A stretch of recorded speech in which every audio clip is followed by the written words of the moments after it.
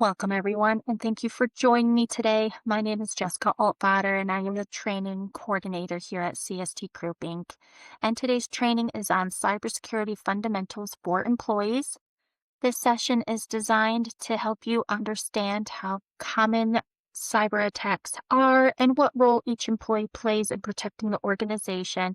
Cybersecurity is not just an IT issue, it is something that affects every employee every day.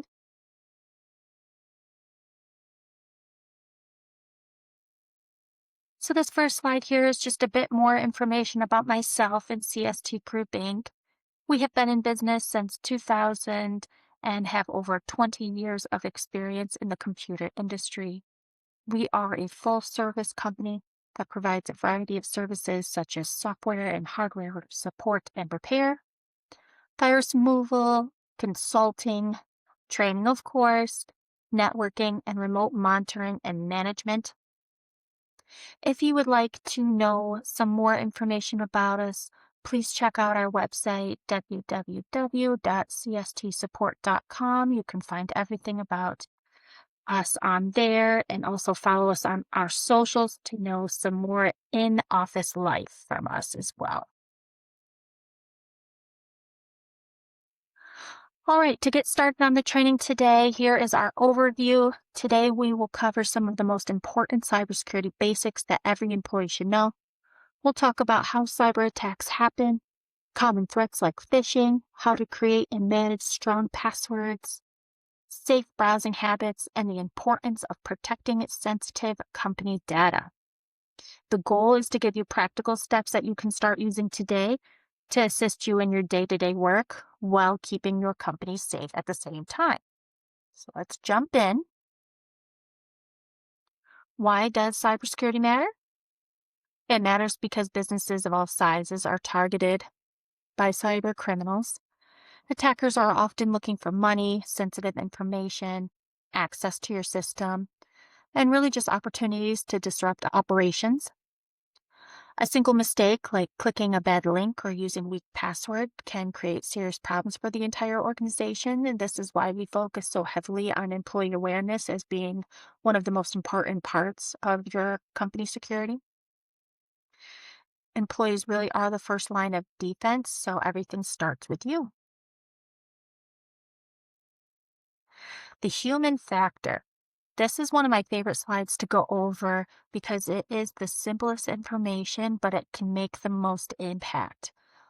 So, technology alone cannot stop a cyber threat. Every employee plays a role in protecting the organization, and while technology can help block threats, it's really the employees that are the first line of defense. The choices you make as an employee every day, such as how you handle your emails, passwords, files, and different websites, you can either greatly reduce or greatly increase your risk. Good security depends on awareness, caution, and consistency.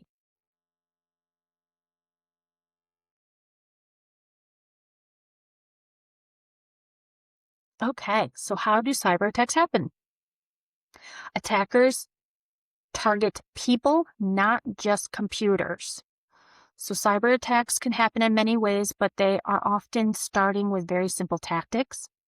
Attackers may send phishing emails, trick users into visiting fake websites, stealing passwords, or use malware to infect your devices. Many attacks do not begin with advanced hacking. It's usually something very simple. They begin with human error, distraction, or even trust. That is why employee training is so important, so you can spot these things ahead of time. All right. So, what are some of the common types of cyber threats? Some of the most common ones that you will deal with as an employee are going to include phishing, ransomware, malware, weak passwords, social engineering, and unsafe browsing. These threats may arrive through an email or a website. You may have perhaps received a text message in the past or a phone call, and can even happen during file sharing between you and coworkers. Understanding what these threats look like is the first step towards avoiding them. I'm going to give you a brief definition of each of these basic threats you see on your screen here, just to give you a better understanding of what they are. You may have encountered some in the past and not realized what they were. So, phishing emails are fraudulent emails designed to trick individuals into clicking malicious links where you then download harmful attachments. They usually require you sharing sensitive information like passwords or financial data. Malware is malicious software, and it's created to damage, disrupt, or gain authorized access to computers, network, and your company data. Ransomware is a type of malware, and this is the type that locks or encrypts files and demands payments in exchange for restoring access. A little bit about ransomware. If you go onto the FBI website, FBI.org, it states that roughly 70% to 87% of ransomware attacks, attackers actually delete the stolen data or leak it after getting paid. So very seldom do you actually get your information back. Social engineering is manipulating or deceiving people into revealing confidential information or performing actions that compromise security. This can be done as like a conversation in person, on the phone, where you're accidentally giving information that they shouldn't have and that you shouldn't be telling them. I think one of the most common threat that you probably have heard of already would be credential theft. This one has been around for a long time, so it's one that I think everybody would probably have heard of. And that's where they steal your usernames and passwords or login information to gain authorized access to accounts or systems, mainly financial. So those are just some of the ones that you would hear about the most. We're actually going to focus most of our training today on phishing. Phishing is one of the most common cyber threats businesses face these days, and that happens when attackers send fake emails or messages or links that appear to come from sensitive or trusted sources. So this can come from vendors that you do business with, can even come from other coworkers or your CEO. A lot of times it'll look like it comes from your HR department or people that you have regular contact with often. Their goal is to trick someone into clicking a link, opening an attachment. You're going to enter your login information, share sensitive data. Phishing works by creating urgency, fear, curiosity, and of course, trust if it looks like it's coming from somebody you work with. A couple of the bigger ones, phishing scams that we have seen in the past that you may have heard of, Facebook and Google, they had fake invoice scam, which resulted in a $100 million payout. Um, the attack happened between 2013 and 2015, and one attacker orchestrated an elaborate business email compromise, a BEC, and he sent basically fake invoices to all of these people, all of these places for Facebook and Google, and got them to actually wire him the money overseas. And nobody questioned it. And that was done through basically phishing. They sent an email with these fake invoices, and he was able to get all that money. Another big one was Sony Pictures Entertainment. They had a same thing, $100 million payout in the late 2014s, I believe. They did a spear phishing email to Sony employees where people were just in a hurry, clicked on these emails. They were able to get social security numbers from employees, executive information, even unreleased movies, and it resulted in them stealing 100 terabytes of data, which is just an astronomical amount. So here's a couple examples of phishing emails that I have received. This first one here in the purple is from State Farm Insurance. They're sending me a document that they need me to review and sign. I don't even have State Farm Insurance, so right away I knew this was not going to be something legitimate. And then one that you may have already received is Amazon. Everybody shops on Amazon. You get emails all the time. This one is showing me some urgency. Urgent, your account is on hold, action required. They want me to click on that link and verify my account information. If you look closely, you can kind of see uh, the red flags in that email. But how do you spot these red flags? So when in doubt, do not click.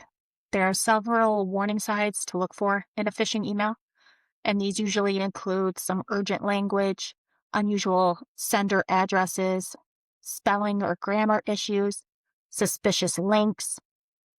They'll always have an unexpected attachment or request for a password or sensitive information.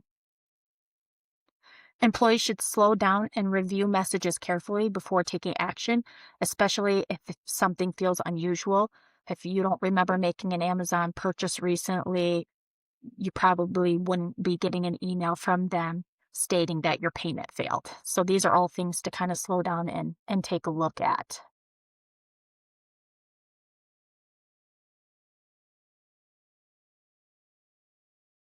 What do you do if you suspect a phishing email? Ask yourself, was I expecting this?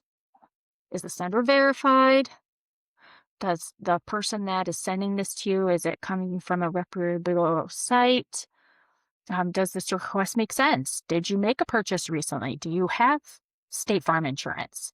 Does it feel like you're on a pressured timing? So do they need you to do it right away? You have 24 hours to do this. Complete this now or you're going to lose your account. All of this urgent language.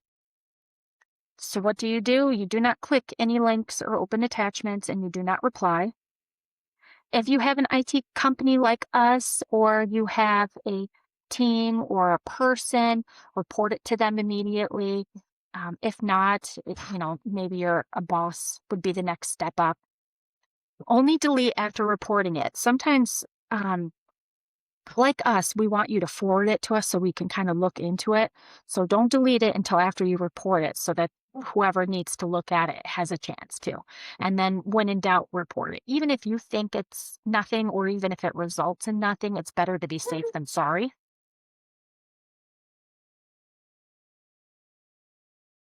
So prevention, what can you do starting today to really give you a leg up here? Password security. Weak passwords allow attackers to access. Passwords are one of the most important parts of your day. You use them all the time. It's one of the main ways we protect our accounts and our systems. If a password is weak, reused, or stolen, attackers may be able to access emails, files, all sorts of company resources.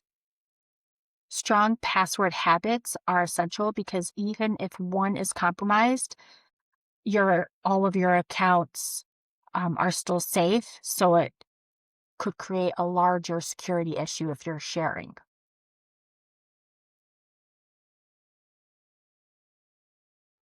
Best practices. A strong password should be long, unique, and difficult to guess. Employees should avoid common words, personal information, and predictable patterns like birthdays, seasons, or simple number combinations like the date you were hired.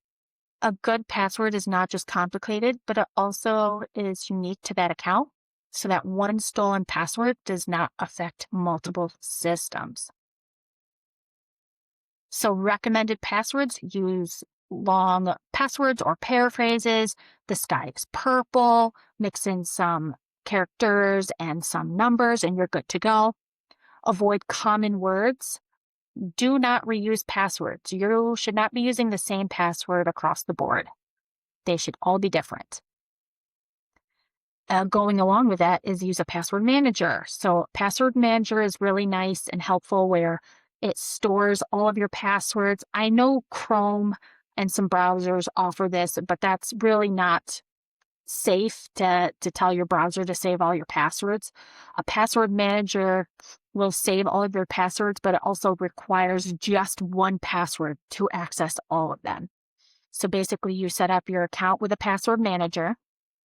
You have one password. So let's say the sky is purple. And then anytime you need a password for a software, anything you're logging into, you can save it to the manager and it'll hold all of those passwords for you, but you only need to remember that one sky is purple password. There are some free ones. There are also some business enterprise levels. That's what we use here and what we offer for our clients. But we do suggest having something of a password manager rather than your browser storing it for you. It just makes it another layer of protection. Also enabling multi-factor authentication, MFA. I know everybody groans when they hear this. Nobody wants to do it. It's a pain in the butt. We hear it all the time in the office. But multi-factor authentication, or MFA, really adds another layer of protection by requiring more than just a password. For example, by entering a password, a user may then need to approve the login from their phone or enter a code. This makes it much harder for attackers to access the account because even if they have the password, they don't have the code um, or the second layer that's needed. MFA is a security system requiring two or more independent factors to verify a user's identity before granting access to systems, accounts, and applications. So examples, you have your password, verification code from your email, a text message to your phone. You may have an authentication app where you get a code from there. And that's just, again, another layer of security. We're going to move on to safe browsing. So safe internet browsing means being careful about the websites you're visiting, not just clicking on every pop-up, every coupon code you're getting, not every link you click and all the files that you're downloading. Not every website is trustworthy. Not every pop-up or download is legitimate. Employees should avoid clicking unknown links, downloading software without approval, or entering any sort of credentials into these sites they are unsure about. How unsafe browsing creates risks is because it can lead it to malware infection, credential theft, accidental data exposure for company files. For example, if you're clicking a fake login page, it may send your password directly to attackers. Downloading unapproved software may also introduce security vulnerabilities. These browsing habits may seem small, but they can really have a major impact on your company's security. And it's something simple that you can start doing right now, just being more aware of the sites that you're visiting. So, safe habits, avoid suspicious websites, do not download any unknown software, only install approved applications, and be cautious with pop-ups. They are meant to be eye-grabbing and catch you, so just be careful of those. Protecting sensitive data. Data protection basically means handling company and customer information carefully and securely. Not all information should be treated the same way. Some data may be public, while some other information may be confidential or sensitive. Employees should know what kind of data they're working with and follow company rules for storing, sharing, and protecting it. Sensitive data may include customer records, employee information, financial data, login credentials. You may have contracts with vendors or employees, personal information, or confidential internal documents. If this information is exposed, lost, or shared improperly, it can damage a business, but also harm customers and create legal or financial consequences. Employees really should handle sensitive data with extra care, and your organization should have policies in place to do that.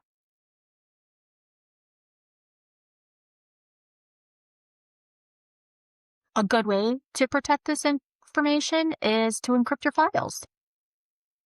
Encrypted files is important because it helps protect sensitive information from unauthorized access.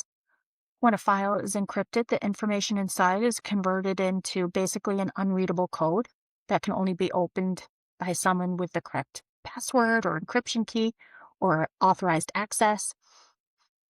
So, a good way to remember it is that without encryption, anybody can open and read the information. With encryption, it's going to remain locked or unreadable unless you are given access, either by a password or a key. Somebody has to give it to you. When files should be encrypted?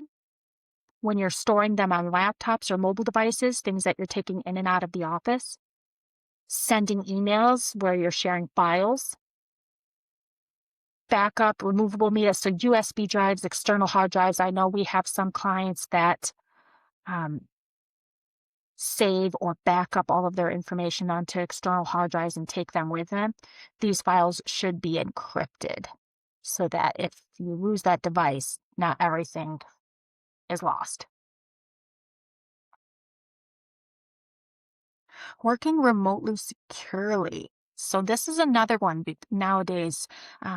Remote work expands outside of the organization's security parameters. So outside of the office, this can include working from home, coffee shops. If you're traveling for work and you're working from a hotel or shared workspaces, it's important to remember that your workspace may change, but the security on those devices should not.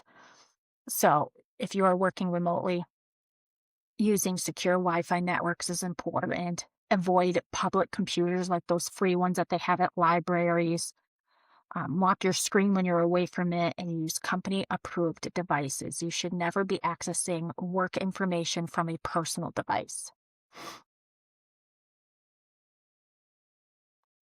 Again, how to stay secure when working remotely? Avoid public Wi-Fi. Company-approved VPNs are always great. And never access sensitive systems or unsecured networks. You should always lock your device when you're away from it. Enable automatic screen locking is a good way to help you do this. And keep your devices updated. Make sure that they have everything that they need to have. You should also be securing your accounts using those unique passwords, enabling your MFA, your multi-factor authentication, and handling data carefully. Do not store company data on personal devices. Avoid printing sensitive documents outside of the office or your home office. And secure any paperwork that you do have when it's not being used. Report issues immediately. If you have a lost or stolen device, any suspicious emails or activity on your computer, if you see your mouse moving but you're not moving it, quick reporting reduces risk. The sooner your IT person or company knows about the problem, the sooner it can be fixed or stopped.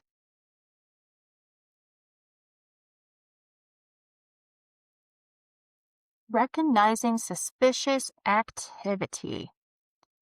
Many security incidents started with a small everyday mistake. Examples include clicking phishing links, reusing passwords, leaving a screen unlocked, sending a company file to the wrong person, or ignoring your software updates. These are all preventable issues, which is good news because it means that you as an employee can make a huge difference by building better habits today.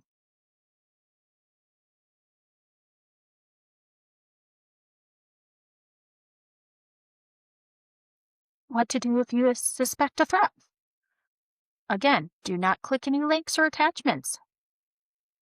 Also, disconnecting from the network, so the internet, is always a great one, and that stops any connection that may have been established. You're going to report the issue immediately and then follow any sort of company security procedures. Early reporting helps prevent damage, so the earlier it's known, the earlier it can be stopped.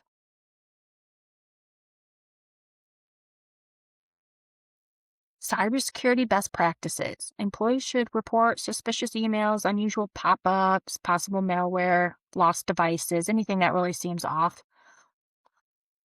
Many security instances become worse because they are reported too late.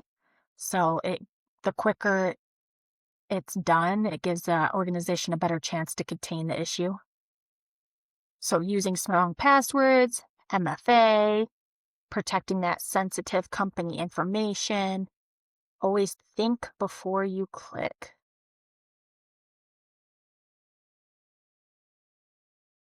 Every employee plays a role in protecting the organization. Cybersecurity is a team effort. This is my team right here on the screen. You see Lisa and Sean, the owners of the company. Some faces you may recognize, some you may not, but we are all here to help at any time.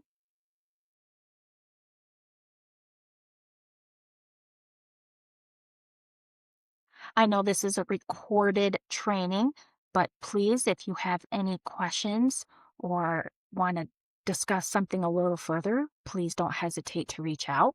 Has anybody seen a phishing email before? Be curious to see what types you have received. What security challenges do you face in your office? Do you guys already have procedures implemented? Do you need help creating something? We are always here to give you a hand with that. This has my information here on the screen. If you want to reach out after the training, feel free. I am always here to help. Anybody in the office can if you were to call. And then also that little QR code will bring you to my other trainings. So if you feel like your team needs a little more in-depth training on a specific topic or you want to get an idea for training in the future, I am happy to assist with that. Thank you so much for joining me today, and I hope you have a happy and safe afternoon.